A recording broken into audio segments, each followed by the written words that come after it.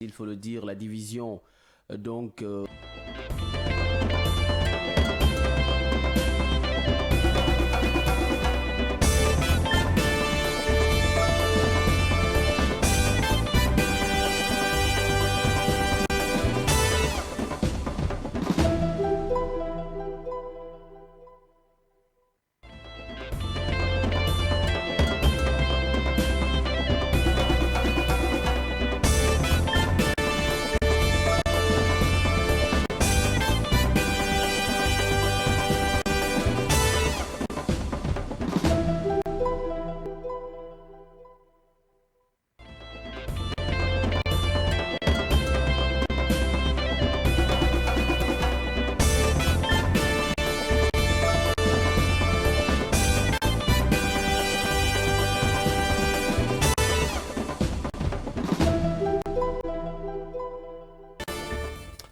Bonjour à tous, bonjour à toutes. Heureux de vous retrouver le début de semaine. Vous le savez déjà, nous sommes lundi 20 juillet 2026. Merci de nous pratiquer sur l'ensemble synchronisé de nos médias.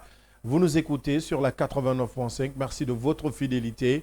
Merci de nous suivre du côté de l'AB grâce au relais de notre partenaire Beta FM. Merci de nous suivre à la télé, c'est sur Kavi TV. Au menu de ce matin, le 69e sommet de la CEDEAO s'est achevé ce dimanche à Freetown, en Sierra Leone, organisé dans un contexte marqué par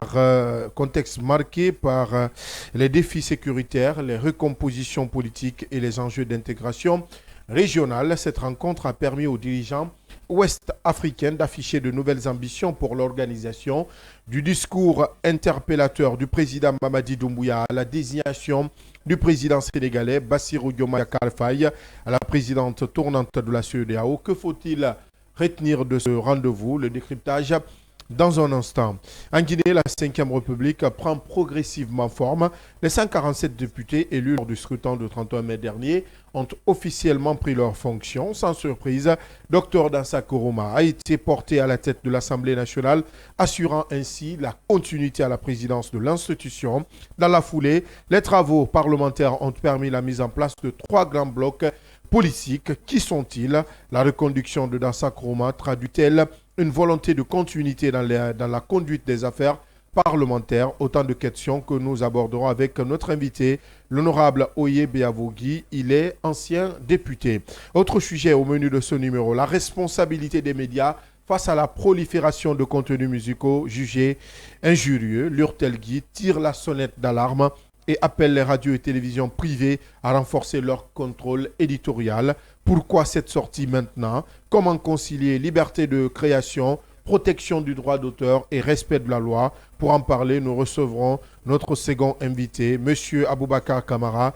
Il est président de l'Urtelgui, l'Union des radios et télévisions libres de Guinée. Enfin, nous irons au Sénégal. La rencontre entre l'ancien président Macky Sall et le président Bassirou Diomaye Diakhar Faye continue d'alimenter les spéculations si l'objectif officiel affiché est de solliciter le soutien du Sénégal à la candidature de Macky Sall au poste de secrétaire général des Nations Unies. Cette rencontre soulève de nombreuses interrogations. S'agit-il d'un simple geste républicain ou des prémices d'une nouvelle recomposition politique de la scène sénégalaise? Les analyses de nos débatteurs à suivre dans la dernière partie de cette émission, le scanner. Voilà entre autres sujets à débattre pour ce premier numéro de la semaine. Installez-vous confortablement. Bienvenue sur le Média du Développement.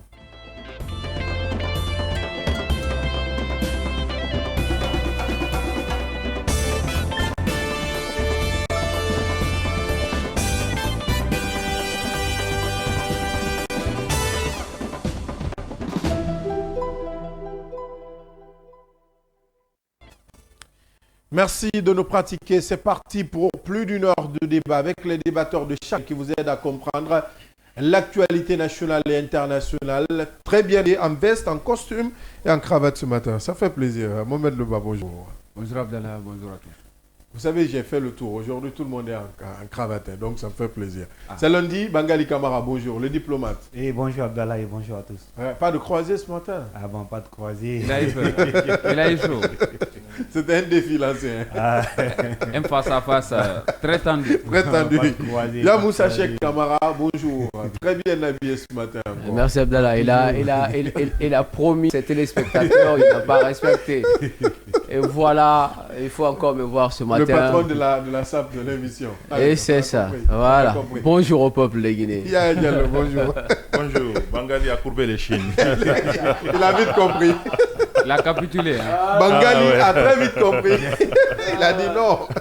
Allez. Non, les diplomates pas avec l'apaisement. Donc, on a compris, hein, c'est du Maurice Anda pur. Le diplomate a capitulé finalement. Il n'y aura pas de réciprocité.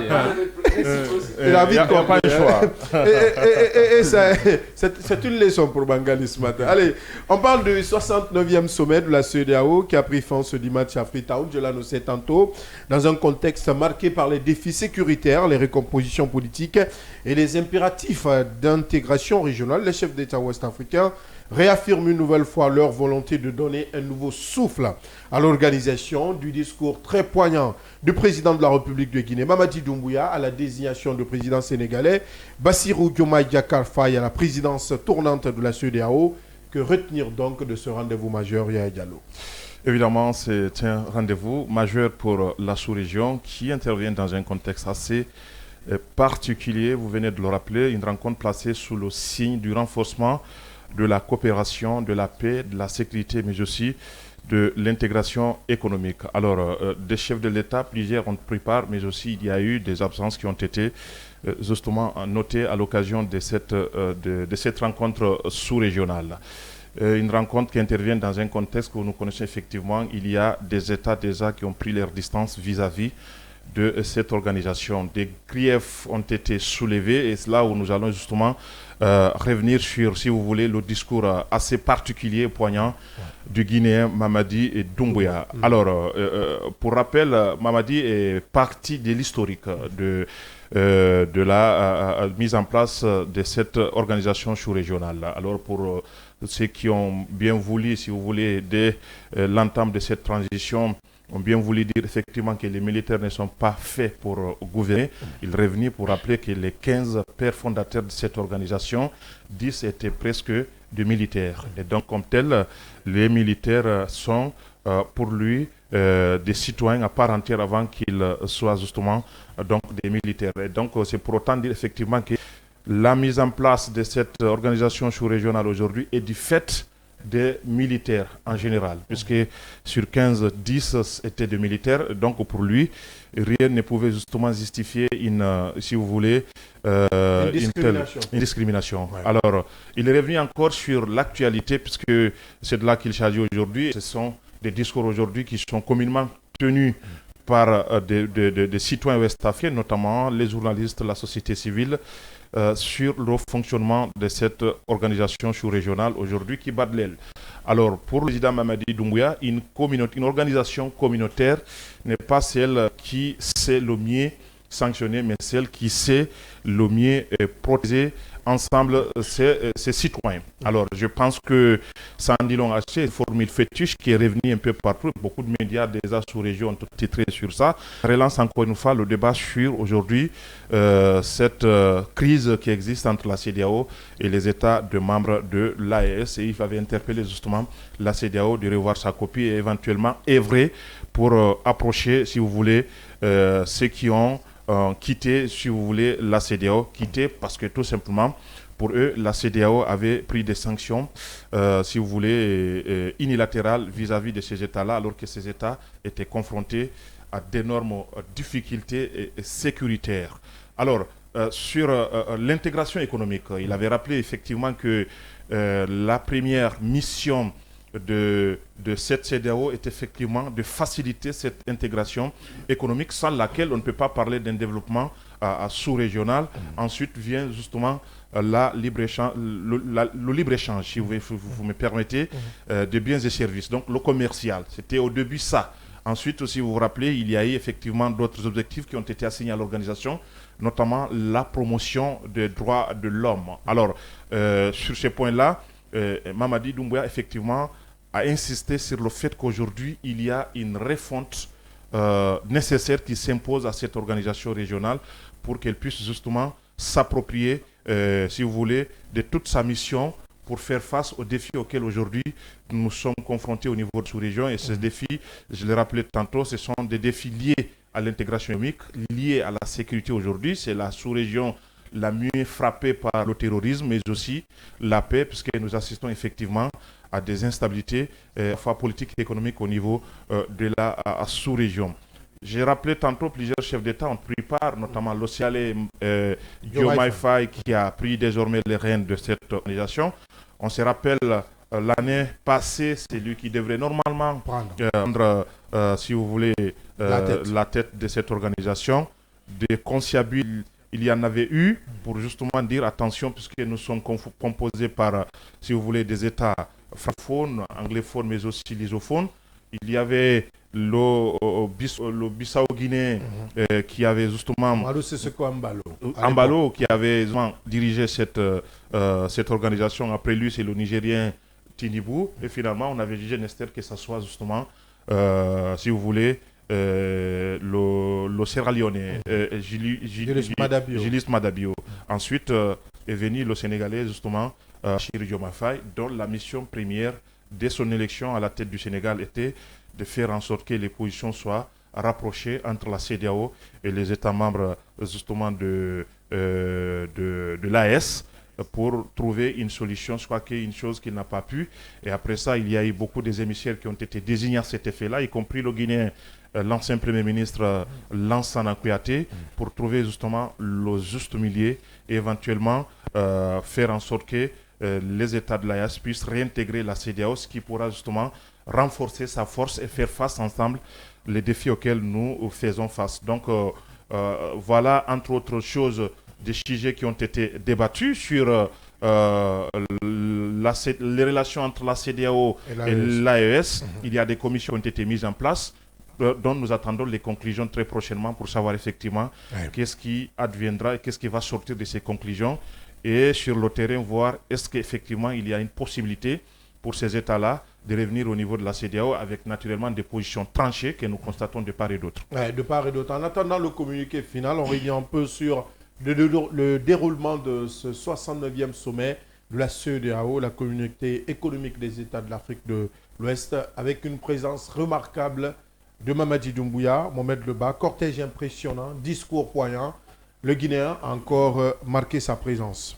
Ah oui, il fallait quand même s'y attendre, et surtout avec les événements, il faut le dire, qui sont ces derniers événements. Évidemment, qui sont nés récemment, naturellement, entre la Guinée et la Sierra Leone et le Libéria. Il fallait quand même faire cette démonstration naturellement de force, peut-être pas directement, mais de façon indirecte. C'était une manière aussi d'envoyer un message pour dire attention. Nous sommes quand même la Guinée et aussi sur le plan militaire et armement, et on est quand même prêt et solidement. Alors il faut le rappeler. La Guinée l'a toujours été, attention. Oui, elle l'a toujours été. Voilà. Je crois que c'est ce rappel que historique. Elle l'a toujours été. Voilà. Et vous le savez, ce sont des événements qui ne devraient même pas naître. Parce que pour ce qui est du cas de la Guinée, vous avez un pays très tolérant, naturellement, vis-à-vis de beaucoup de choses. Et surtout aussi, parce que si vous regardez aujourd'hui la proximité entre la Guinée et la Sierra Leone et le Libéria, presque c'est une famille. Parce que si vous partez au niveau de ces différentes frontières-là, vous allez comprendre que ces populations de ces trois pays-là presque travaillent ensemble. Il y a de ces Guinéens qui se réveillent en Guinée le matin et qui partent travailler du côté de la Sierra Leone dans les champs et autres, et vice-versa. Donc ça veut dire qu'il y a cet échange-là et que ces guerres-là ne devraient vraiment pas exister. Parce que imaginez s'il n'y avait pas eu quand même l'intelligence au niveau de ces chefs d'État, naturellement de venir en Guinée et surtout aussi répartir sur une bonne base, on allait quand même assister à un embrasement. Malheureusement que cela n'est pas arrivé. Et ce qu'il faut aussi noter, c'est le discours de Mamadi Doumbouya. C'était quand même un discours osé, il faut le dire, parce que rappeler l'effet naturellement de ce qui est la mission ou les différentes missions de cette organisation depuis sa création. Et aujourd'hui, cet acharnement, si on peut le dire comme ça, vis-à-vis des pays qui sont en transition, parce que nous l'avons vu, nous l'avons dit, et nous allons continuer de le dire.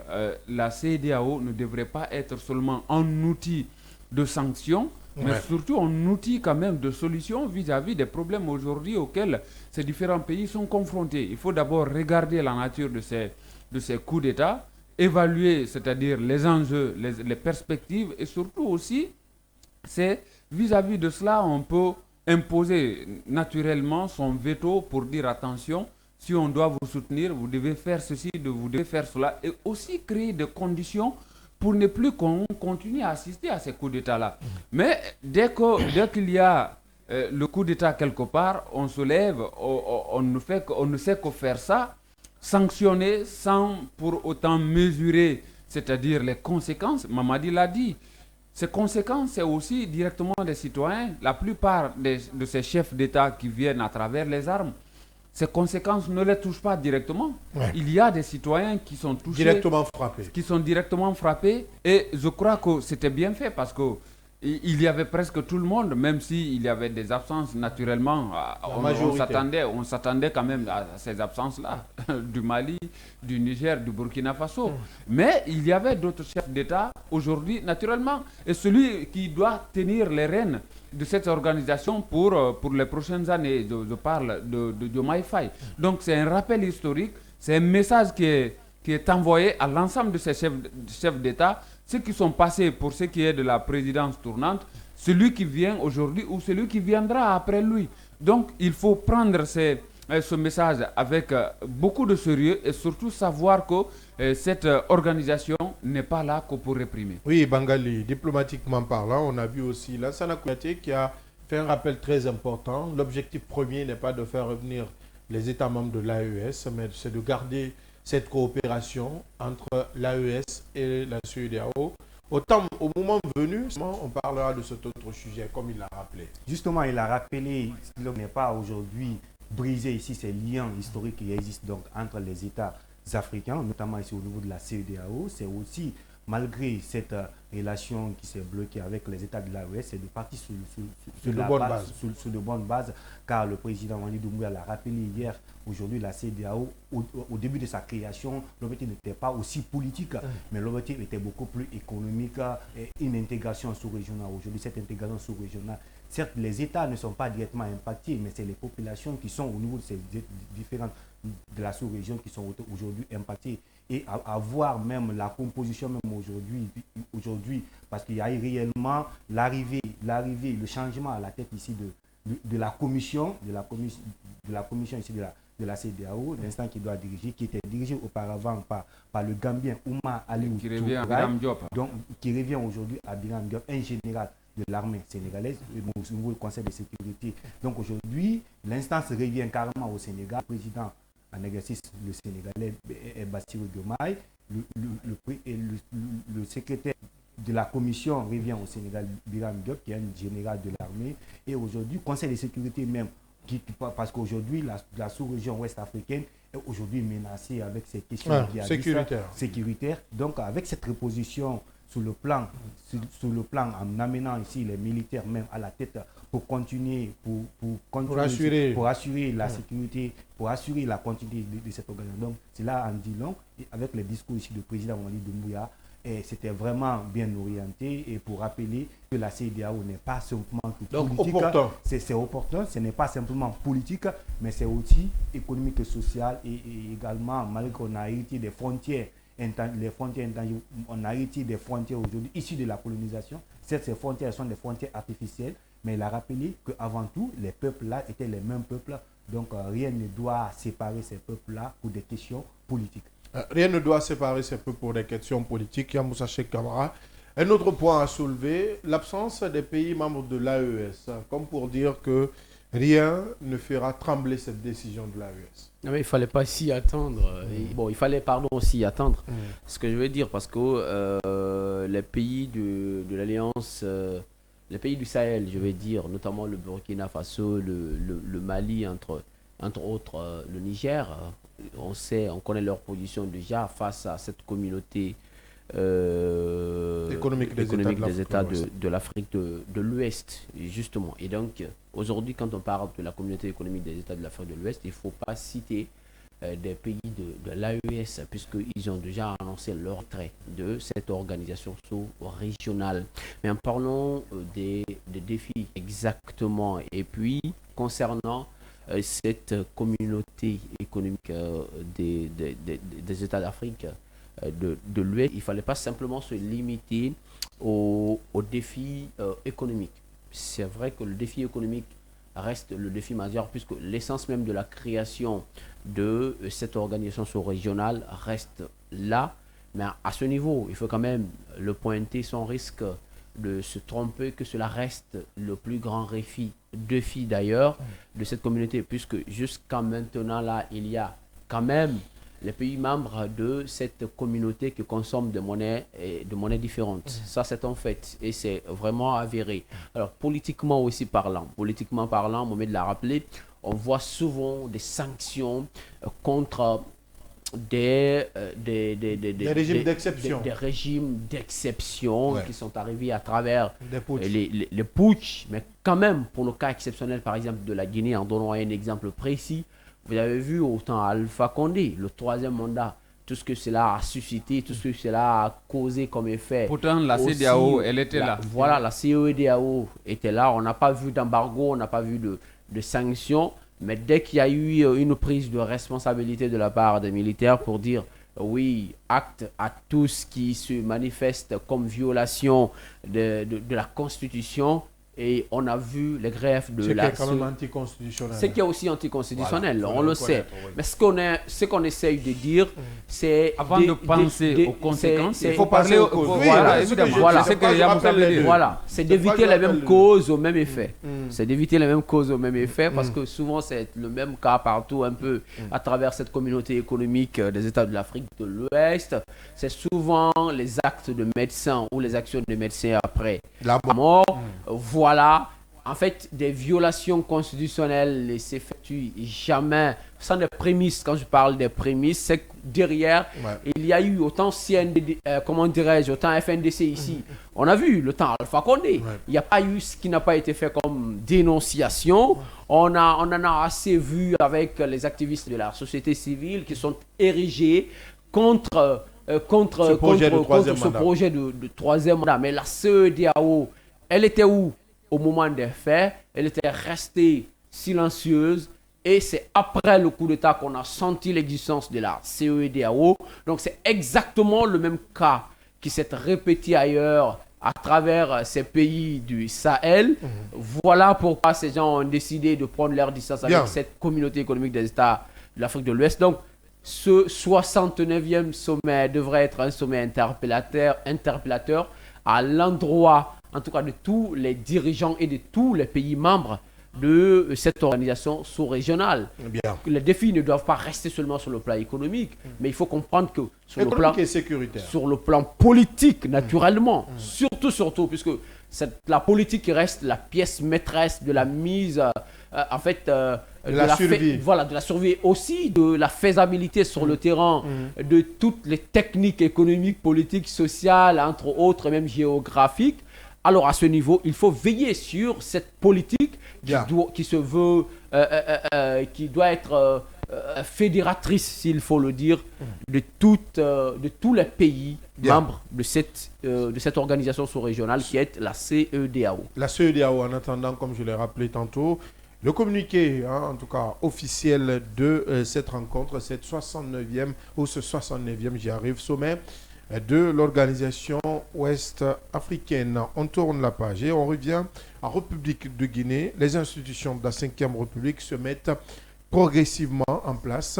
Les 147 députés élus lors du scrutin du 31 mai ou des scrutins du 31 mai dernier ont officiellement été installés. Sans surprise, Dr Dansa Kourma a été élu président de la première législature de la 5e République, incarnant donc une forme de continuité à la tête du Parlement, comme vous l'avez annoncé tantôt ici sur ce plateau, Yamoussa Cheikh Camara. Alors, on a tout suivi le 17 juillet dernier, l'installation des députés de la 10e législature, donc la première législature de la 5e République, et au terme de l'élection, s'il faut le dire, Dr Dansah Kourouma a occupé la première place de cette institution donc parlementaire. Et au-delà de tout, on a assisté à la mise en place quand même des commissions, entre autres, mais aussi du bureau parlementaire. Mais il faut quand même préciser que l'élection du Dr Dansah Kourouma à la présidence de la première Assemblée nationale de la 5e République concrétise ici même la fin formelle de la transition politique guinéenne et la restitution du pouvoir législatif à des élus issus des urnes, puisque de cela il s'agit. Et donc ce tournant institutionnel, je veux dire, le 17 juillet 2026, marque ici le passage du Conseil national de la transition CNT en abrégé, qu'il présidait lui-même Dansah Kourouma depuis janvier 2022 à la nouvelle législature de 5 ans aujourd'hui. Cela dénote la continuité, vous avez bien fait de poser la question, Abdallah, donc une continuité institutionnelle, puisqu'en passant de la tête de l'organe législatif de transition qui est le CNT au fauteuil de président de la nouvelle Assemblée nationale, Dr Dansah Kourouma assure ici une transition fluide des réformes, des textes adoptent, il faut le dire, pendant la période transitoire, notamment la nouvelle constitution. Mais au-delà de cette continuité, il faut quand même le dire que l'homme avait déjà présenté ce qu'il appelle un bon profil, puisque tout ce qui a été... Un bilan élogieux. Un bilan élogieux et remarquable. Je l'avais dit l'autre fois. On l'a compris. Voilà, pourquoi on t'a donné. On te laisse terminer ce que tu as commencé. Ce que j'ai commencé la semaine dernière. Sur la base de quoi tu peux conclure qu'il a laissé un bilan. Il a laissé un bilan élogieux. Sur la base de quelle évaluation? Il y a les textes de loi, il y a le projet, il y a la constitution. Mais c'est la mission qui lui a été assignée. Donc il fallait le faire. En tout cas, élogier, c'est sur la base de quoi? C'est la base des missions qu'il a été assignée. On est là pour parler de la continuité. S'il n'avait pas de bilan solide, et il faut rappeler qu'il a d'abord été plébiscité. Même si vous n'aimez pas le chien, reconnaissez que ses dents sont blanches. Ça, c'est un adage choussou. Voilà.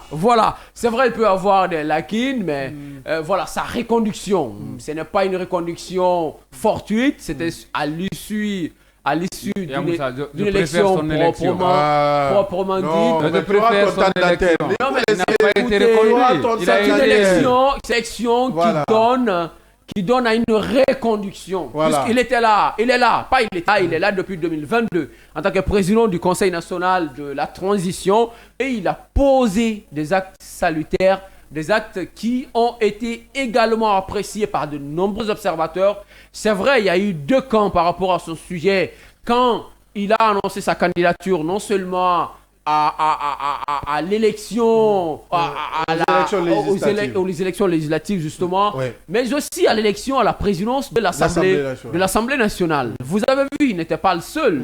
Il avait d'autres candidats exactement. On a rappelé ici, lors de l'émission dernière, des tractations en coulisses qui auraient existé entre Dansah et d'autres candidats. Mais sauf qu'à la dernière minute, on a vu étant le seul candidat, d'ailleurs il n'avait pas d'adversaire le jour du vote, de l'élection, ce qui veut dire que derrière, on s'est basé sur non seulement le profil de l'homme, mais aussi sur le bilan qu'il aurait pu mettre en place. Alors, vous le savez, en termes de profil, vous le connaissez, il est maître de formation et figure majeure de la société civile, ancien donc président du Conseil national des organisations de la société civile, donc un enfant de la société civile.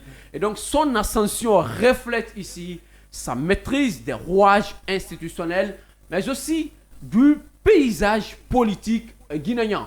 Mais qu'à cela ne tienne, on ne va pas se limiter quand même à son profil en tant que médecin et ce fils prodige de la société civile guinéenne, mais il faut aller plus loin pour lui rappeler qu'au-delà de tout, il a des priorités pour son mandat de 5 ans. Il y a quelque chose qui ne marche parmi pas. Ses priorités, il y a quelque chose qui ne marche pas. Je vais citer. Non, aujourd'hui, je le comprends bien. Je comprends. Rapidement, tu as encore 30 secondes. Vous avez posé la question. Je suis obligé de satisfaire les téléspectateurs qui nous suivent ce matin. Non, il y a quelque tout chose va qui bien. marche Non, mais pas. tout Je va comprends, bien. tout va bien. Les Je satisfaire ou te satisfaire? Avec mon costume ce matin, tout va bien. Tout va bien, j'ai compris. Tout va bien. Le Et slogan, je parle tout ce que Dieu fait, parfait. Tout ce que Dieu fait parfait. Allez. Dans sa Kourouma, être le président. Donc, le premier président de la première législature De la 5e République. C'est bon. C'est ça, une c'est histoire. Non, je rappelle Non, c'est ses bon, priorités. c'est bon. 3 seulement, je cite, Allez-y, et j'en allez-y, finis avec. rapidement. Alors, parmi les priorités de l'homme durant son mandat, il y a ce qu'on appelle l'opérationnalisation des institutions prévues par la nouvelle constitution de la 5e République. Deuxième point, harmoniser le cadre juridique post-transition et contrôler également l'action gouvernementale. Et le troisième point, pour terminer rapidement, puisque personne ne veut m'entendre parler dans ce Non, studio, personne n'a alors dit la ça. préservation du coup de la stabilité du dialogue politique dans un contexte de refondation. Et vous savez, l'homme, Au moins, il est il a du background. Ouais. Yeah, Diallo, je sais que tu ne partages pas forcément cet avis, mais dans ça et dans la continuité. Oui, elle a prévalu, la continuité. C'est-à-dire On ne la voyait pas venir, puisque ce qu'il faut dire pour la gouverne de Yamchaché Tu Camara, en doutais? mais fondamentalement, et on avait raison de douter, et ce qu'il faut dire pour la gouverne de Yamchaché Camara, c'est que c'est à la veille, entre le jeudi et le vendredi, tout s'est joué là-bas, monsieur. Il était le seul candidat, monsieur. Mais oui, apparemment. Comment en est-on arrivé là? C'est la question qu'il faut se poser. L'histoire Vous venez de rappeler qu'il y avait eu beaucoup de prétendants. C'est bien vrai cela. Il y en avait eu. Et nous Même avons Makanera. suivi. Évidemment, nous en avons suivi. Et finalement, je crois que au cours des tractations, soit que le consensus a prévalu autour de la personnalité de Dr Dansa Kourouma. Comme l'histoire de la coupe. Non, Écoutez, tu ne ne vas pas perturber la Non, non, on va non, partir le non, micro de check, Cheikh check, Baba non, Eboye. écoutez, Ah, le la décryptage discussion est est ça. terminée. Allez, Allez, l'homme, c'est comme l'histoire Bangali. C'est comme l'histoire de Coupez la le Coupe du micro Monde. de Cheikh, on C'est va comme l'histoire évoluer. de la Coupe du Monde. Voilà, coupez-le. Il y a beaucoup Oui, d'équipes. allez, Bangali, Non, mais il y a quelle beaucoup d'équipes, lecture mais finalement, faut-il faire de c'est cette l'Espagne qui a remporté. nouvelle... Bangali, moi je me tourne vers toi. Au terme des travaux, on a vu également la création de 3 grands blocs politiques qui se sont aussitôt constitués au sein de l'hémicycle. On vient sur ça, après on reviendra en attendant que Justement, la vous avez tension préféré pour baisse revenir sur ça. Allez-y. Aujourd'hui, on a vu après donc l'élection ici du président Dr Dansa Kourouma et ses différents Et les membres du bureau. et les membres du bureau, premier vice-président, deuxième vice-président, troisième Il faut vice-président. saluer Kamradia Makale Vous Kamara, verrez, avec Dr cette Makale composition, Traoré. ces différents membres du bureau, Dr Dansa qui est le président de l'Assemblée nationale et le premier vice-président, vous verrez que ouais, c'est Hadia Makale. La première alors. La première vice-présidente, c'est Hadia Makale Kamara qui est venue. Et la deuxième FAN. vice-présidente du FAN, la deuxième vice-présidente, j'insiste là-dessus, c'est Dr Makale Traoré qui est Donc venu. les Makale qui changent. Les Makale qui s'enchaînent et également troisième vice-président, Boubacar Sidiki Diallo. Sidiki Et- qui est aussi de Sidiki, l'UMP. Oui, de Comme Dansa l'UMP. Kourouma. Et quatrième vice-président, vous avez Hadia Fanta Kamara. Et cinquième vice-président, vous avez Tokwa Jean Coulier. Vous voyez, donc là-bas, au niveau ici du perchoir, c'est 6 personnes, 3 dames et 3 messieurs. L'équilibre. Il y a donc l'équilibre. Donc alors, devant plus loin, parce que l'Assemblée nationale, c'est aussi les groupes parlementaires où les débats doivent se faire. Parce qu'il faut le dire, l'a rappelé, Dansa Kourouma a été élu. Il n'a pas été plébiscité, il a été plébiscité parce que sa candidature, il était, quand ça a été annoncé, c'est le seul. Bon, ça a crié, mais on a vu qu'est-ce qui s'est passé, pourquoi il soit seul en tant que candidat au niveau ici du perchoir de l'Assemblée nationale. Parce qu'un de nos reporters avait posé cette question à Hadia Makale Traoré, qui a annoncé qu'elle aurait... Hadia Makale Traoré, qui a dit qu'elle aurait... Dr Makale Traoré, qui a dit qu'elle aurait voulu se présenter, mais le mais là, on n'a jamais eu de réponse. Donc aujourd'hui, au niveau ici de ces groupes parlementaires, avec ces élections, ces 147 députés, vous avez eu 129 qui ont voté pour Dansa Kourouma et le reste n'ont pas voté. On pourrait dire que c'est la majorité présidentielle. La majorité présidentielle, la GMD, parce que je l'ai rappelé, la GMD, ça n'a pas été au niveau des conseils communaux où il y a eu tellement de tractations. Donc, à ce niveau, la discipline a été respectée et c'est 129 là. Au niveau des commissions, rapidement, c'est trois blocs. Au niveau des commissions, c'est 3 blocs politiques. Vous verrez au niveau de la mouvance de la génération, la modernité et le développement, donc la mouvance présidentielle, vous avez qui est dirigée par honorable bien sûr, il est aujourd'hui député. Honorable Makanera Traoré, qui est composé donc honorable docteur Makanera Kake. Honorable Makanera Kake. C'est son jumeau qui est docteur. Docteur, son jumeau qui est docteur. Honorable Makanera Kake. Honorable Makanera Kake, qui donc est le groupe de la majorité présidentielle. GMD, donc groupe de la majorité présidentielle, majorité et le développement, c'est le nom ici du groupe. Génération pour la modernité et le développement, donc cette majorité présidentielle, qui est composée donc de 116 députés.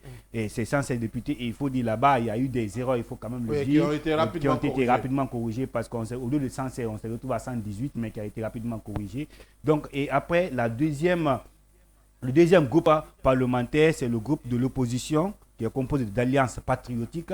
Et ce groupe-là est composé de 16 députés. Et c'est 16 députés qui est dirigé par Abdoulaye Kourouma, RRD. Abdoulaye Kourouma, donc, qui dirige ce groupe parlementaire. Honorable Abdoulaye Kourouma, avec ses différents candidats malheureux à l'élection de la dernière élection présidentielle. Et troisième groupe parlementaire, vous avez le groupe des centristes, des modérés, les héritiers de Jean-Marie Doré. Donc c'est le groupe de l'Alliance républicaine. Et ce groupe-là est dirigé par l'homme, l'acteur économique, Elhadji Bouna Keïta. Il n'est pas acteur économique, il est politique. Il est Abdallah. Il est acteur économique et politique à la fois. Il est politique. À l'Assemblée, il est politique. À l'Assemblée, il est politique. À l'Assemblée, il est politique. Il a un parti politique. Ok, je suis d'accord, il a un parti politique, mais avant tout, c'est un acteur économique qui s'est donc transformé en un acteur politique. Donc là-bas, vous verrez, il y a Bouna Keïta, qui connaît quand même l'Assemblée nationale, car il a été quand même également, ce n'est pas sa première fois, il a été candidat même à l'élection présidentielle de 2010 et aujourd'hui il se retrouve avec d'autres anciens, parce qu'au niveau de leur groupe, vous verrez, il y a Fan qui est dans ce groupe parlementaire, également l'UGD, honorable Dembo Silla, donc les anciens qui se retrouvent en tant que les modérés, les centristes qui ne veulent pas aller à la front, parce qu'au niveau de l'autre groupe, dans le contexte actuel, au niveau de l'autre groupe, l'Alliance patriotique, vous verrez que là-bas, il y a Dr Faya Milimono qui se retrouve de l'opposition et autres acteurs de la vie politique nationale, Abdallah Kamara. Allez, c'est déjà compris. Avant d'avoir notre invité, on va revenir à notre tour de table, puisqu'il s'est enfin calmé à Diallo. Justement, et je pense qu'il y a quelque chose qui est en jeu.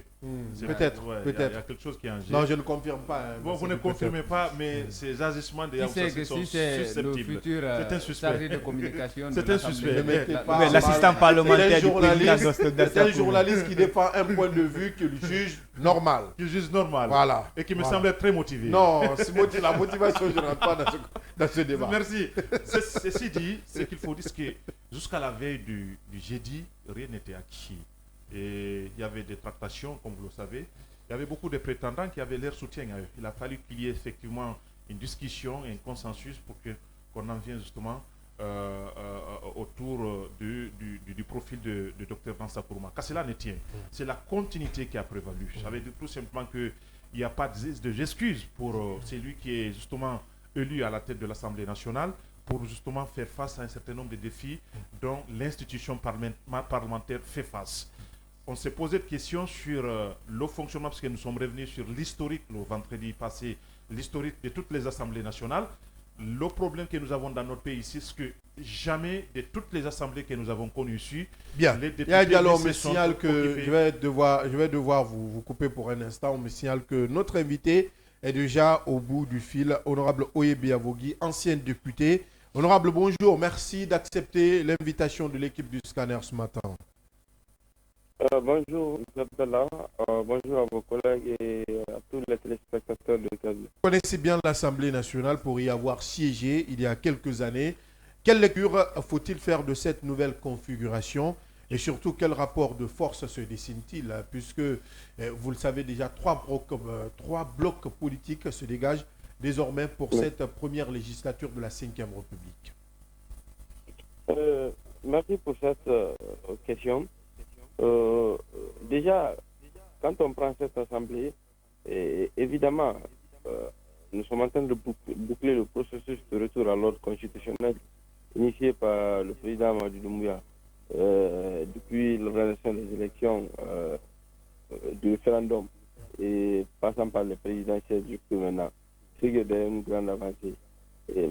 Quand on prend cette assemblée à travers cette configuration, la première des choses qui me frappe au premier point, c'est que vous sentez déjà qu'il y a un renouvellement générationnel sur le plan politique.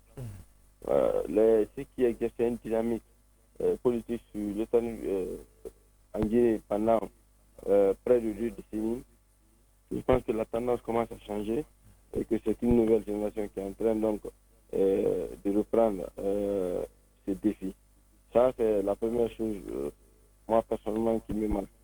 Et la configuration, je pense que vu le nombre de députés et la mouvance présidentielle qui est donc la GMD, qui a presque les 2 tiers des députés, ne pouvait pas seulement avoir un groupe parlementaire, ne pouvait pas seulement s'en tenir à son groupe parlementaire, puisqu'il y a d'autres partis qui ont compétit, qui sont en quelque sorte opposés à la GMD, ont donc bien voulu créer ce groupe parlementaire afin que l'équilibre soit et que le débat puisse se tenir de façon démocratique en fonction des aspirations de tout un chacun. Et moi, je pense que c'est tout à fait normal.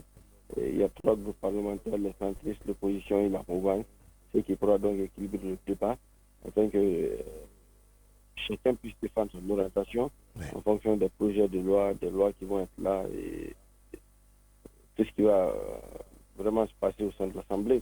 Bien. Oui, Mohamed. Alors, ma question, c'est au niveau de la cohabitation avec ces différents groupes, disons, parlementaires. Naturellement, si vous prenez des personnes aujourd'hui à la tête de ces différents groupes parlementaires, Makanera, on parle de Makanera, on a Dablé Kourouma, et de l'autre côté, également, comment vous vivez cela?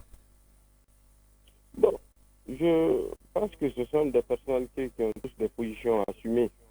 Quand vous prenez Laurent Makanera, peu importe ce qu'il dit, mais c'est quelqu'un qui assume ses choix. Et de ce fait, aujourd'hui, en tout cas, il y a des visages au sein du Parlement qui, de par son expérience, de par son cours, qui peut porter donc cette voie-là de cette mouvance présidentielle. Je ne dis pas qu'il n'y a pas d'autres qui peuvent, mais je pense que le choix est mûri et justement fait. Le président comme président donc la mouvance présidentielle. Ça, c'est le premier. Quand on parle de Laurent Kourouma, il a de l'expérience, il est comme moi, on a ensemble séjourné pendant la 9e législature, mais au-delà, il est fidèle à sa ligne. Voilà, il est fidèle à sa ligne. Je pense que c'est quelqu'un aussi qui pourra faire valoir sa position en tant que président donc, de ce groupe parlementaire. Et évidemment, les centristes, qui est donc une nouveauté, puisque ça n'est presque pas dans la configuration ce que nous avons toujours dit. Il fallait aller vers des courants politiques pour que le nombre de partis puisse diminuer. Je pense que nous sommes allés à ça maintenant. C'est-à-dire que vous avez la mouvance, vous avez l'opposition, et ceux qui ne lâchent pas ou ne s'alignent pas dans ces 2 blocs-là prennent le stand. Et donc là, je prends la Keta, qui est donc le président de ce bord politique, aussi a de l'expérience, quoi qu'on le dise, quelqu'un qui a participé presque à toutes les élections depuis l'avènement du multipartisme intégral en 92-13. Et très jeune, il a participé à toutes les élections régionales. Je pense que c'est des gens qui aussi donnent du souffle à la dynamique démocratique de notre pays, politique de notre pays. À son mot à dire sur toutes les questions fondamentales qui vont donc se poser au niveau de l'Assemblée des centristes. Justement, au niveau ici de ce groupe de centristes, parce qu'on a vu, c'est une nouveauté, pour vous, que va être le rôle de ce groupe de centristes ici dans les débats politiques ici au niveau de l'Assemblée nationale? Bon, je ne suis pas du centriste puisque moi, de la majorité présidentielle, je ne pourrais pas définir leur rôle, ça dépendra de ce qu'eux-mêmes vont se définir. Mais d'ores déjà, ce qui se dégage dans la déclaration de constitution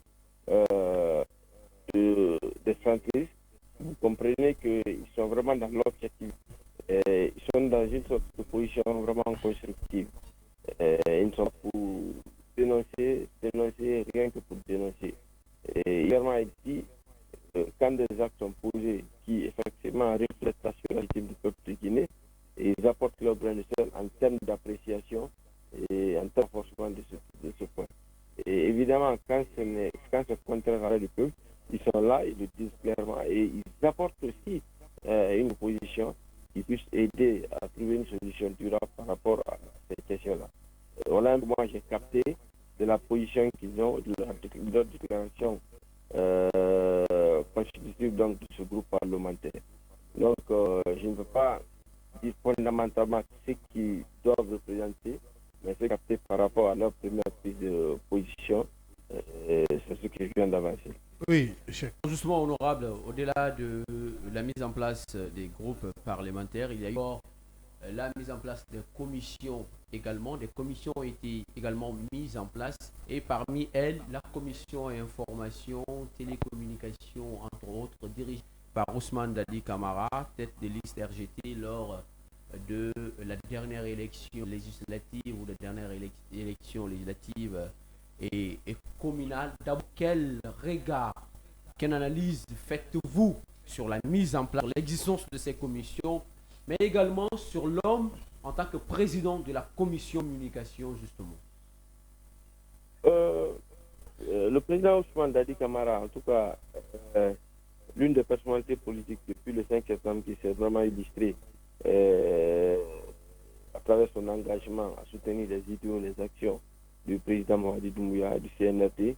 Et aujourd'hui, moi, je pense que le fait qu'il soit élu d'abord comme député à l'Assemblée ne devrait se prendre qui que ce soit.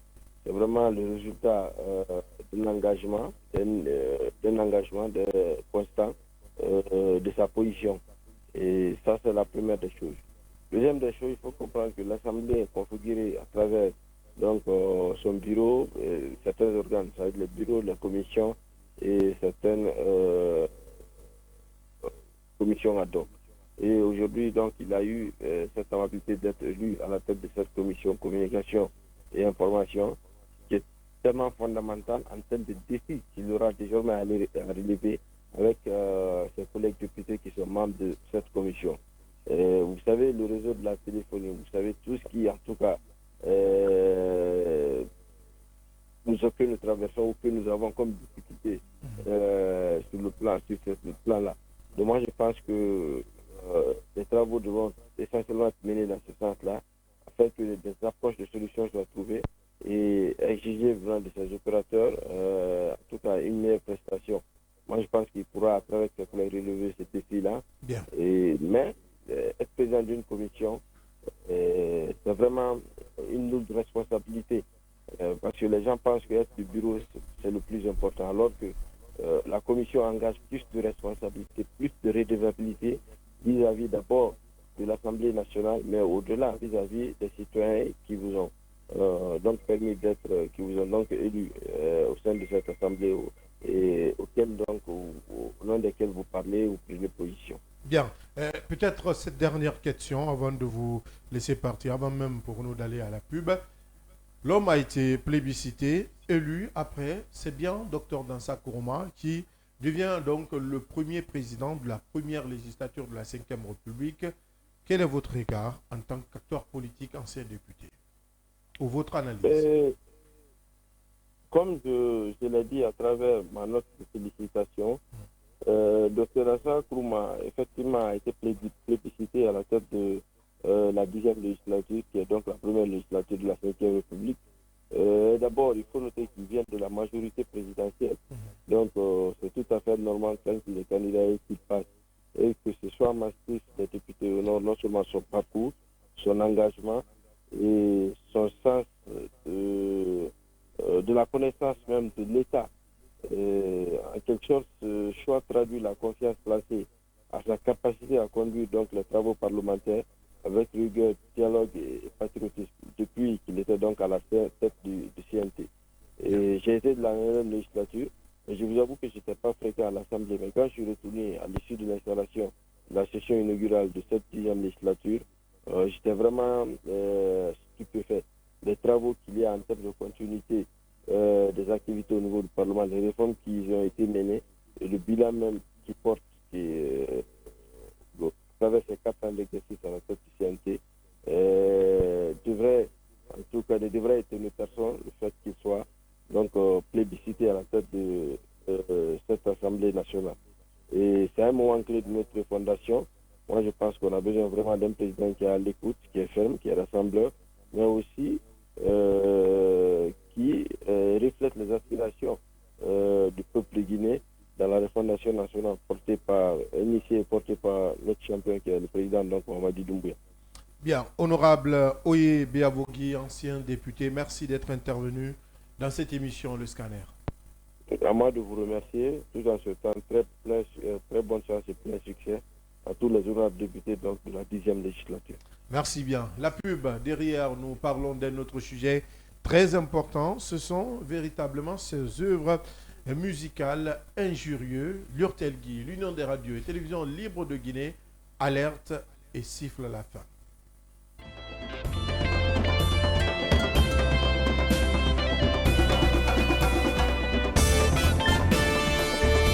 Chez Mondial Express, nous transformons vos voyages en une expérience inoubliable.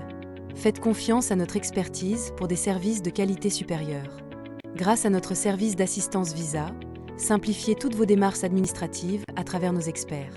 Avec notre service billetterie, réservez vos billets pour toutes les destinations du monde avec facilité.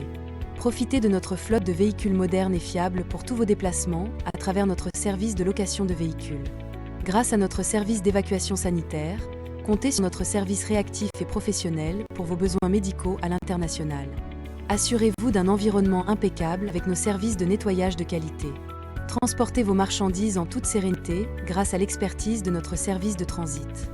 Développez vos compétences d'agent de voyage avec nos formations spécialisées suivies de stages pratiques au sein de nos équipes. Contactez-nous dès aujourd'hui au plus 224 613 00 39 69 ou au plus 224 613 00 39 70. Nous sommes situés à Mankpa, 4e avenue, immeuble Dabo, commune de Kaloum. Visitez notre site internet au www.mondialexpress.net. Mondial Express, chaque voyage est une histoire. À République de Guinée, merci d'être des nôtres dans cette émission, Le Scanner. Il a favorisé ici, il faut le dire, la division de gain de cause, il faut le dire. On parle d'un de plus, pas d'un de moins. Pour d'autres négociations afin d'obtenir gain de cause. Merci de votre fidélité. On se reprend demain si tout va bien, Inch'Allah.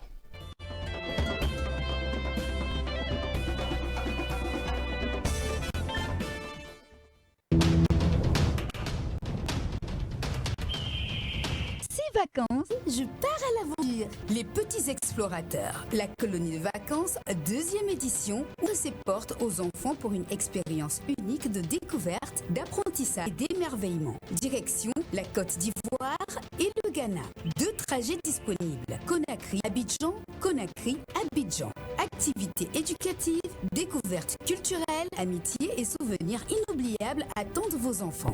Inscrivez-les dès maintenant au numéro 00224 613 00 39 69 ou le 00224 613 00 39 70. Les petits explorateurs, une colonie de vacances organisée par Mondial Express. Voyager, apprendre et grandir ensemble.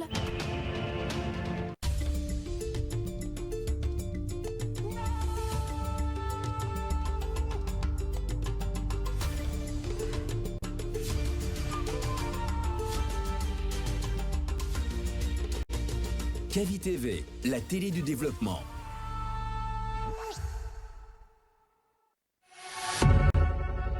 Vous pouvez désormais suivre l'ensemble de nos programmes via notre application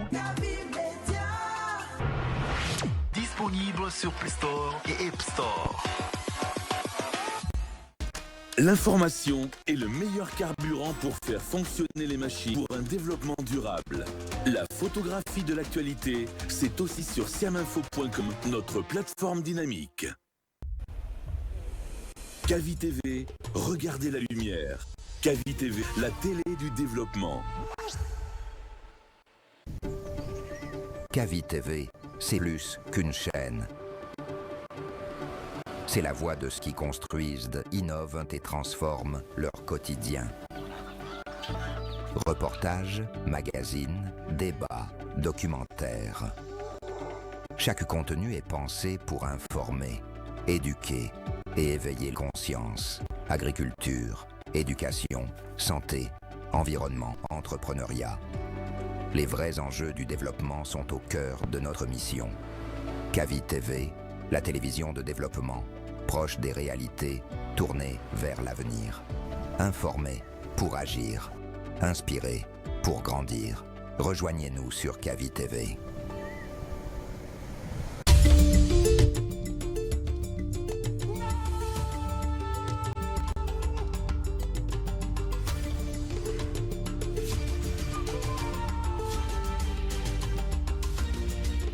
Kavi TV, la télé du développement. Bonjour. Vous êtes dans votre émission Ma salle de classe. A ouvert le chronomètre dès que la voiture bleue de la ville a pris départ. Nous allons rechercher le...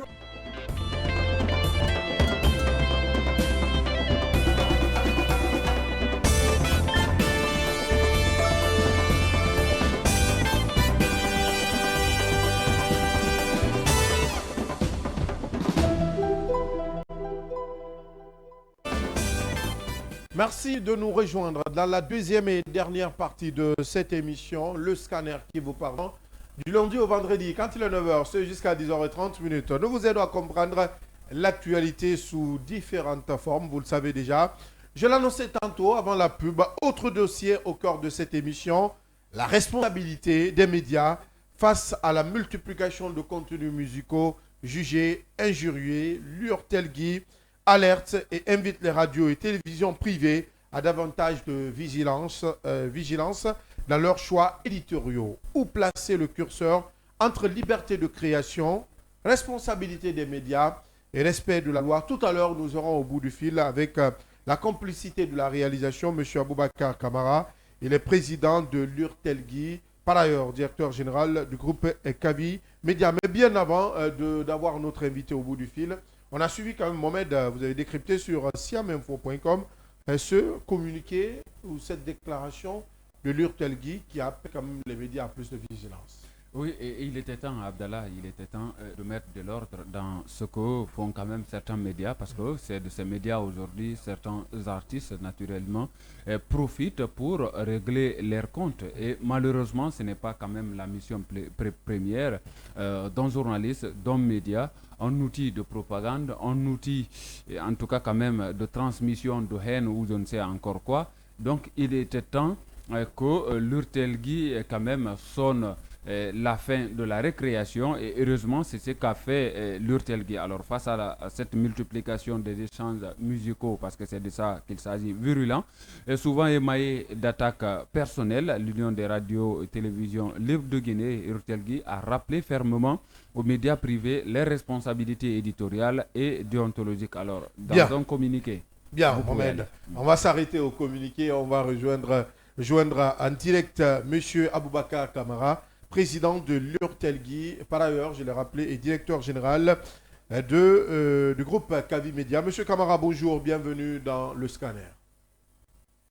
Bonjour, monsieur Abdallah, et bonjour à toute l'équipe. Merci de nous faire d'intervenir ce matin dans cette émission. Vous avez produit, en tant que président de l'URTELGI, en tant qu'URTELGI, l'Union des radios et télévisions libres de Guinée, hier, un communiqué rappelant les médias audiovisuels privés à plus de vigilance. Pourquoi maintenant, face à ces contenus musicaux injurieux, M. Kamara? Merci beaucoup, M. Abdallah. C'est un honneur d'intervenir ce matin sur votre antenne par rapport à ce communiqué numéro 67 de l'Union des radiodiffusions et télévisions libres de Guinée, dont nous avons jugé nécessaire hier dimanche, donc de faire publier dans les médias pour essayer non seulement en amont d'attirer l'attention des directeurs, des promoteurs des médias audiovisuels privés à la République de Guinée, et de l'autre côté aussi, attirer, si vous voulez, l'attention de nos vaillants artistes, justement producteurs de sons, dont nous sommes des partenaires séculaires.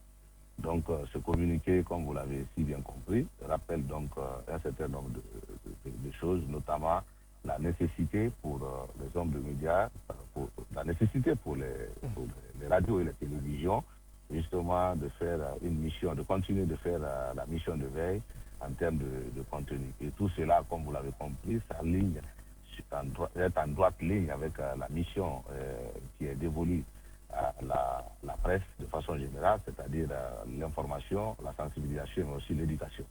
Donc si nous constatons que dans la cité, vous avez des contenus musicaux qui ont trait justement à toucher, si vous voulez, les mœurs et autres, à écorcher les mœurs, il est de notre devoir, en tant qu'une partie comme baromètre de la société, d'interpeller non seulement les professionnels de l'information et de la communication, mais aussi d'interpeller les artistes sur justement ces contenus. Parce que nous comprenons là la musique comme étant une partie, si vous voulez, incontournable, une partie transversale, même de la culture de façon générale, mais aussi de l'émancipation des peuples. Et donc, en ce qui concerne le cas guinéen, nous pensons que la musique doit s'inscrire dans une dynamique justement de permettre à ce qui est de la sensibilisation, à ce qui est de l'éducation, mais aussi à ce qui est du divertissement. Et comme le communiqué l'a rappelé, vous savez, la musique, elle n'est pas que divertissement. Et les médias aussi ne s'inscrivent pas seulement dans ce registre de divertissement. Donc nous prenons très au sérieux ces questions et c'est pourquoi nous avons fait cette invite, non seulement aux patrons de médias, mais aussi, si vous voulez, à nos chers artistes qui doivent plus ou moins contrôler ce qu'ils doivent faire. Loin de nous, si vous voulez, l'intention de mettre fin au clash, que vous savez... dans le monde du rap guinéen. Voilà, dans le monde du rap, le clash est important. Nous-mêmes, nous aimons cela. Mais comme vous devez le savoir, le Tegui n'est pas contre le clash, comme je le dis. Parce que le clash, c'est du talent, c'est de l'émulation. Ça fait vivre des studios, des ingénieurs de son. Nous-mêmes, on adore cela, comme je le dis. Ce que nous disons, c'est que clash, oui, mais dans le respect. L'article 363 du Code pénal est clair. La diffamation et l'injure ne sont pas protégées par le droit d'auteur. Elles ne sont pas non plus protégées par la loi sur la liberté de la presse, la L002. Donc la liberté d'expression, pour nous, doit s'arrêter là où commence la dignité de l'autre. Donc notre rôle, en tant que média, c'est de garder ce cadre sur les ondes. Oui. Bien, on pourrait dire qu'aujourd'hui, le Telgui essaie d'installer un filtre dans les médias, donc peut-être une commission de pré-écoute avant diffusion de ces contenus musicaux, peut-être. Oui. En quelque sorte, M. Abdallah, en quelque sorte, c'est ça. Vous savez, ce n'est pas de la censure dans le vrai sens du terme que nous sommes en train de faire. Nous voulons dire ici, comme vous l'avez dit, qu'il est question, effectivement.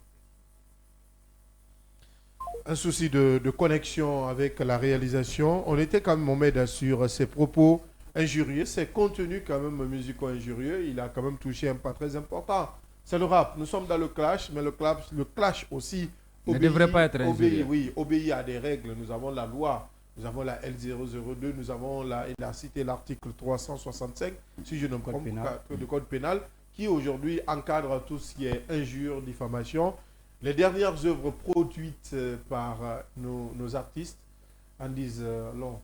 Je le disais, sauf que moi je me pose la question, c'est l'article 363 voilà. Et non 365. Je me pose cette question. Aujourd'hui, quelle va être cette arme quand même de l'Urtelgui pour faire respecter, disons, ces différentes mesures, ou en tout cas quand même, parce que ça reste une interpellation vis-à-vis des hommes de médias pour les responsabilités éditoriales, parce que vous le savez, l'Urtelgui n'est pas la haute autorité de la communication. Donc ça veut dire qu'elle ne prévoit pas de sanctions, naturellement, parce que l'Urtelgui ne peut pas suspendre, en tout cas à ce que je sais, l'Urtelgui ne peut pas suspendre un média, encore moins un journaliste. Aujourd'hui, quel va être cet argument aujourd'hui pour faire quand même comprendre aux uns et aux autres, au-delà d'être une association, parce que l'Urtelgui, c'est vrai, elle est en train aujourd'hui de jouer quand même son rôle, et il était temps, je le disais à l'entame, de rappeler à l'ordre, en tout cas, parce que c'est au-delà même de ces musiques qui passent. Ce qui est déjà compris, on me signale que notre invité est de retour, M. Aboubacar Kamara, président de l'Urtelgui. Oui, M. Kamara, vous étiez en train d'expliquer un peu les mesures, le dispositif qui doit venir peut-être dans les semaines à venir. Est-ce que M. Kamara est là? Est-ce que M. Kamara nous reçoit? On va régler tout ça. Est-ce que M. Kamara nous reçoit? Petit souci de liaison avec M. Kamara ce matin, qui est notre invité avec qui nous parlons de contenus musicaux injurieux.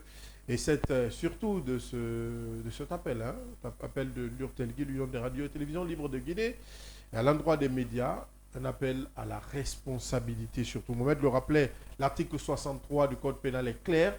Et cet article ne couvre pas tout ce qui est injure et diffamation. Donc déjà, on a vu avec certains artistes guinéens, certains rappeurs, jeunes rappeurs, qui se sont retrouvés à un certain moment à la maison centrale de Conakry. Il a fallu l'intervention du ministre de la Culture, du directeur général du BGDA et autres acteurs afin de permettre à ces artistes de recouvrer leur liberté et de repartir sur de bonnes bases.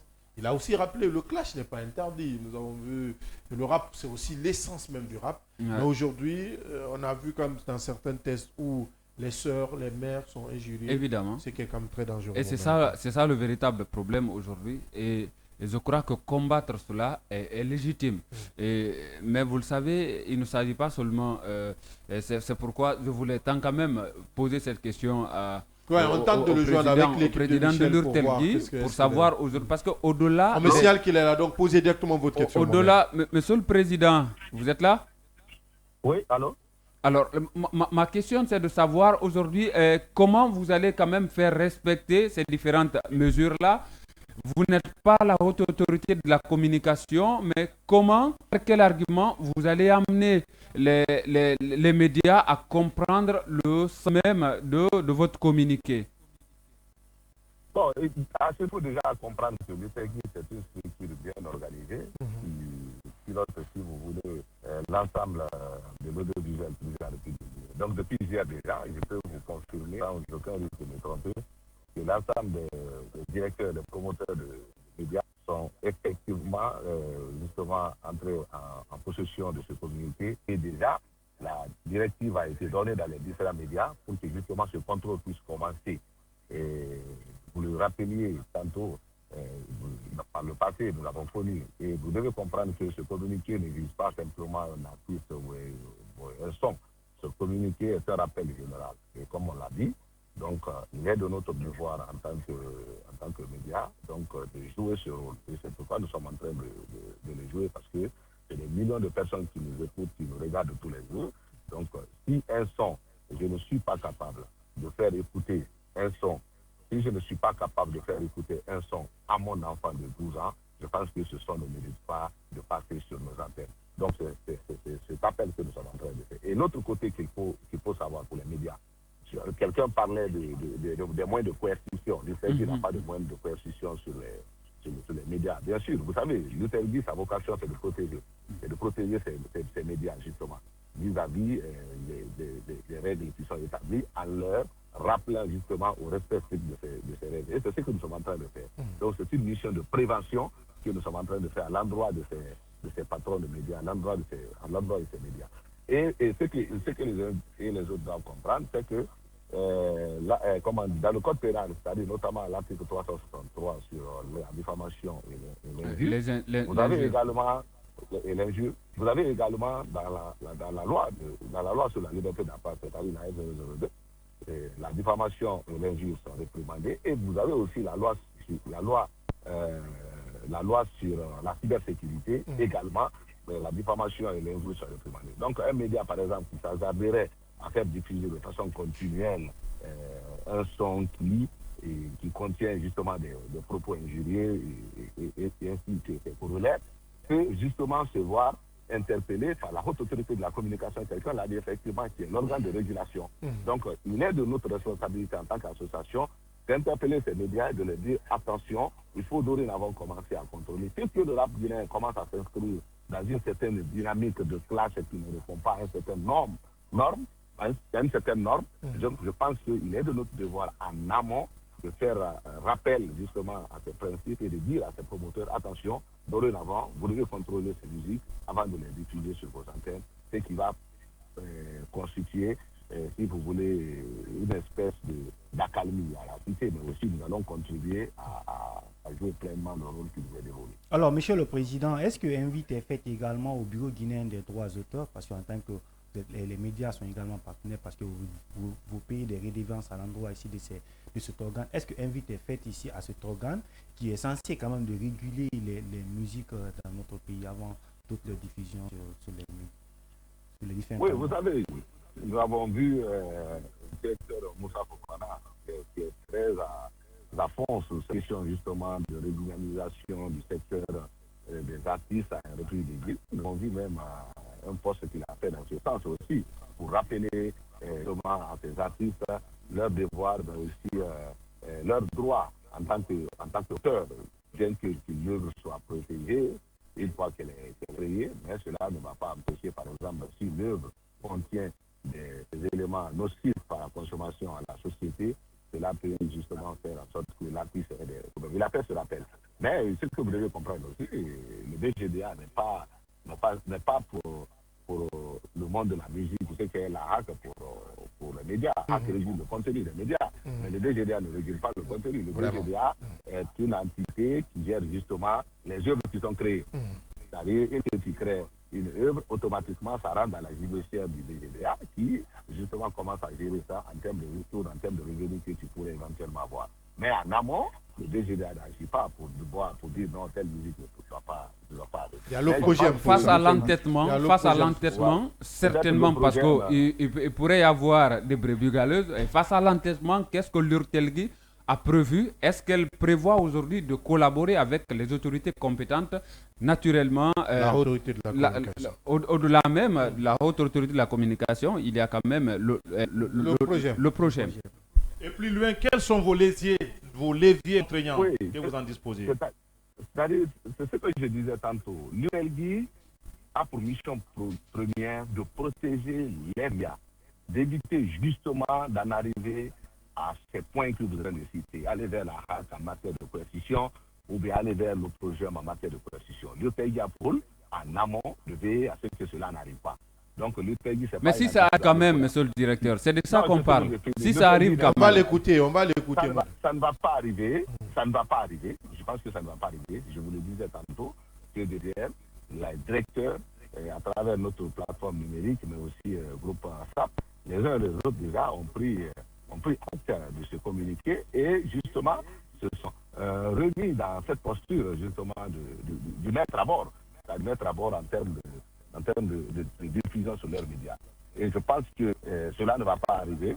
Les médias ne vont pas aller diffuser ces propos, ces sons, désormais qu'on va appeler entre guillemets les sons litigieux sur nos différentes zones à la télé, ce n'est plus possible parce que tout simplement les gens sont à l'écoute de l'URTELGI, sachant que justement cette entité qui est l'URTELGI est là pour défendre leur intérêt, pas pour venir si vous voulez, les amener dans une espèce de bandit populaire, mais c'est pourquoi nous avons fait cela à l'interne. On aurait pu laisser ce rappel à l'interne tout simplement. Mais puisque nous sommes dans un écosystème qui est bien huilé, où nous avons des acquaintances avec des entités avec lesquelles nous sommes obligés de travailler, c'est la raison pour laquelle nous sommes dans l'obligation justement de rendre public ce communiqué. Ce n'est pas un communiqué de rapport, mais c'est un communiqué d'interpellation. C'est un communiqué de rappel, c'est un communiqué, si vous voulez, je vais dire aussi, pas d'intimidation, parce que quelqu'un me disait ça hier, qu'on est en train de se constituer, de se substituer à la HAC. Je dis non, justement, nous voulons éviter que la HAC, justement, ne soit obligé de devoir trancher sur cette question. Utiliser son fouet. Voilà. Il y a un autre problème, monsieur le directeur. Aujourd'hui, la plupart des médias ont quand même pour l'embouchure les réseaux sociaux. Et nous savons aujourd'hui que même la haute autorité de la communication l'a reconnu, a du mal quand même à maîtriser cet autre univers. Comment, en tout cas quand même, quels sont les mots aujourd'hui pour, dans ce sens-là, parce que les réseaux sociaux à côté, les médias, c'est autre chose. Oui, vous avez reconnu, c'est un domaine difficile, les réseaux sociaux, le numérique de façon générale. Là, tu l'as dit, nous essayons tant bien que mal avec les médias, parce que plus ou moins, nous sommes dans une espèce de contrôle. En amont et en aval, nous essayons justement que nos plateformes digitales puissent respecter de façon stricte les règles à la matière en tant que médias légalement constitués. Et je pense que dans les prochains jours, puisque l'Assemblée a vu déjà le jour, c'est-à-dire la 10e législature, je pense que dans les prochains jours, ça va être justement l'adoption de ces lois organiques, notamment la loi sur la liberté de la presse, la loi sur la haute autorité de la communication qui passe maintenant à la commission de régulation. Je pense que dans les jours à venir, alors, comme déjà la Constitution a été adoptée, ces réseaux sociaux, ces plateformes numériques sont dorénavant dans la JDFCR de l'institution de régulation qui est la HAC aujourd'hui, et qui doit pouvoir donc réguler l'ensemble de ces plateformes. Donc, mais il faudrait quand même se donner la main. Et les gens doivent comprendre que l'intervention de l'UTRG à ce niveau s'inscrit dans cette dynamique parce que nous sommes les hommes de médias, nous sommes la presse, nous sommes écoutés, nous sommes respectés. Et lorsque nous sommes respectés, lorsque nous sommes écoutés, il est de notre devoir de comprendre et de surtout vérifier ce que nous donnons à consommer à nos concitoyens. Monsieur Aboubakar Kamara, président de l'URTELGI, l'Union des radios et télévisions libres de Guinée, était notre second invité. Merci d'être intervenu sur nos antennes et merci d'éclairer la lanterne des auditeurs et téléspectateurs. Le plaisir était pour moi, je vous remercie. Merci bien. Donc, on vient d'écouter. Malheureusement, on est tellement taxé par le temps. J'aurais bien voulu faire un tour au Sénégal, mais on va faire un tour de table pour finir avec ce sujet. Vous avez écouté Yaya Diallo, le président de l'URTELGI. Nous ne sommes pas la haute autorité de la communication, mais nous protégeons les médias en Guinée. Évidemment, c'est de là qu'il s'agit et c'est ce qui ressort effectivement du discours du président de l'URTELGI. En réalité, au-delà même de ce qui pourrait paraître comme étant des mesures coercitives ou, si vous voulez, contraignantes vis-à-vis de ce que nous qualifions comme étant des pratiques qui sont contraires à nos mœurs, mais aussi à nos valeurs, il faut à un certain niveau que de part et d'autre que nous nous levions pour justement mettre fin à cela. Il y a beaucoup de genres musicaux aujourd'hui que nous assistons dans notre pays. Ici, ce sont des genres qui sont importés. La musique, elle est faite pour éduquer, sensibiliser, mais aussi unir les gens. Et je crois que la plupart de ce que nous assistons aujourd'hui, c'est quelque chose qui est importé. Il faut que nos artistes, qu'ils soient rappeurs ou autres, puissent justement s'approprier de nos valeurs et chanter dans ce qui pourrait justement nous unir et qui pourra faire la promotion de nos cultures. Autre que ça s'appelle de la délinquance musicale et c'est du mimétisme. Ça n'a absolument aucun sens parce que c'est pas africain et c'est pas guinéen. C'est pas africain, c'est pas guinéen. Comme le rap, il faut le rappeler, puisqu'on a quand même écouté Tupac qui parle en anglais mais qui insulte. Et on danse. Ben, on parle du rap là, on parle du rap. C'est pourquoi j'ai fait ce rap. Voilà, on parle du rap et ça n'a pas commencé en Guinée. C'est vrai, l'essence même, c'est ce clash. On a bien fait de rappeler, mais quand même des propos injurieux vis-à-vis de nos parents. Quand même, c'est de cela il s'agit. Il faut pointer du doigt à cela. Il faut dire que ce n'est pas quand même, ça ne nous honore pas. En tout cas, j'ai vu la sortie d'une sœur. Ça m'a vraiment attristé. Hein. Voilà, c'est de cela il s'agit. Alors aujourd'hui, quand on parle de l'URTELGI, il faut quand même dire que l'URTELGI est dans son rôle de veille et de sensibilisation. Voilà, elle ne dispose pas des canaux, des leviers de sanctions vis-à-vis de ces médias, puisque c'est le rôle de la haute autorité de la communication qui est censé réguler, s'il faut le dire, ces radios et ces télévisions.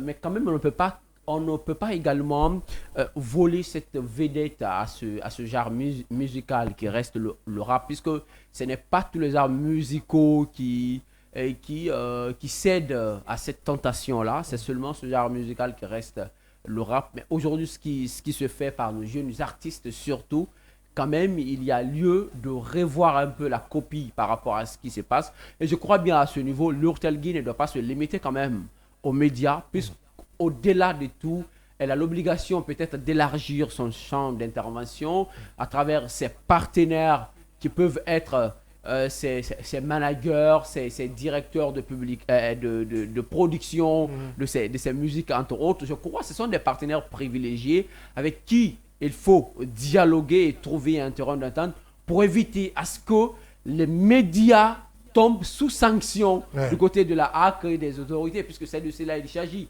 En tout cas, si une production musicale est faite, je crois le public a l'obligation de consommer. Et pour en arriver là, je crois que les médias servent de relais pour assurer ce pont entre les artistes et ce public.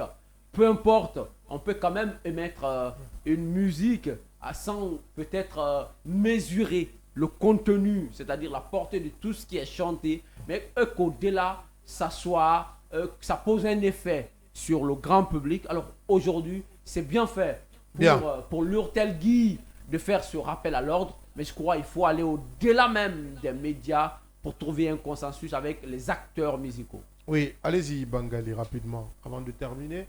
Vous avez suivi l'intervention de L'Urtelgui Mohamed, il a été très bavard, donc je finis par vous, malheureusement. Justement, Abdallah, et l'intervention du président de L'Urtelgui, il faut saluer, parce qu'aujourd'hui, la musique doit rassembler, ça ne doit pas écarter, la musique doit éduquer et avec des générations. Nous avons connu la première génération des rappeurs en Guinée, et les Bill Décembre. Tu es quand même de l'ancienne école. Oui, les Bill Décembre, les Amis Chanana. Nous avons connu cette génération. Et aujourd'hui, avec la nouvelle génération, aujourd'hui, certes, il y a des classes qui est très promoteur. Ton groupe, j'ai oublié le nom, c'est quoi? Le groupe que tu manages récemment, là, il était là. Harmonie Possible. Harmonie Possible, voilà.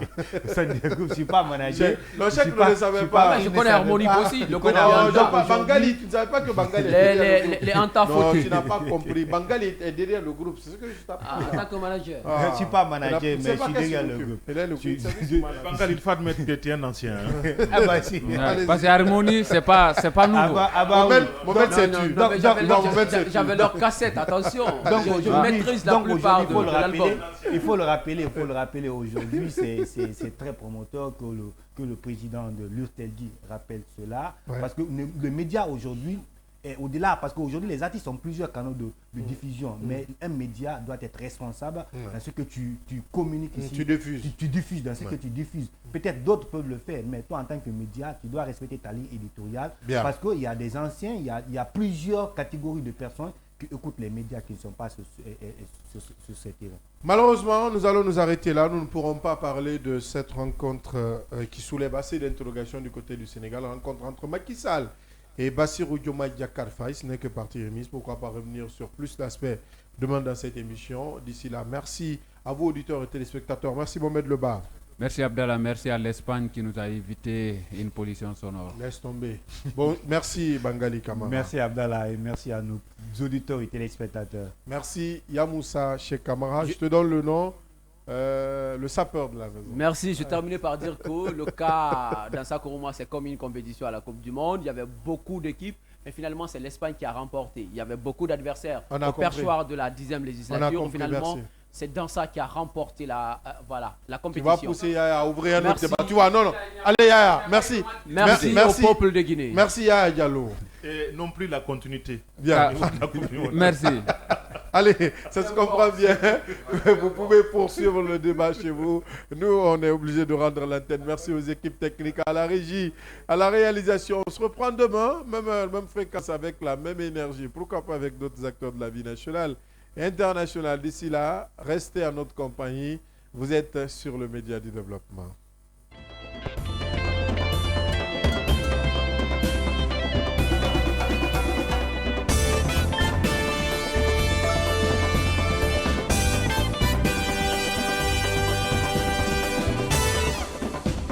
Bonjour. Vous êtes dans votre émission Ma salle de classe. A ouvert le chronomètre dès que la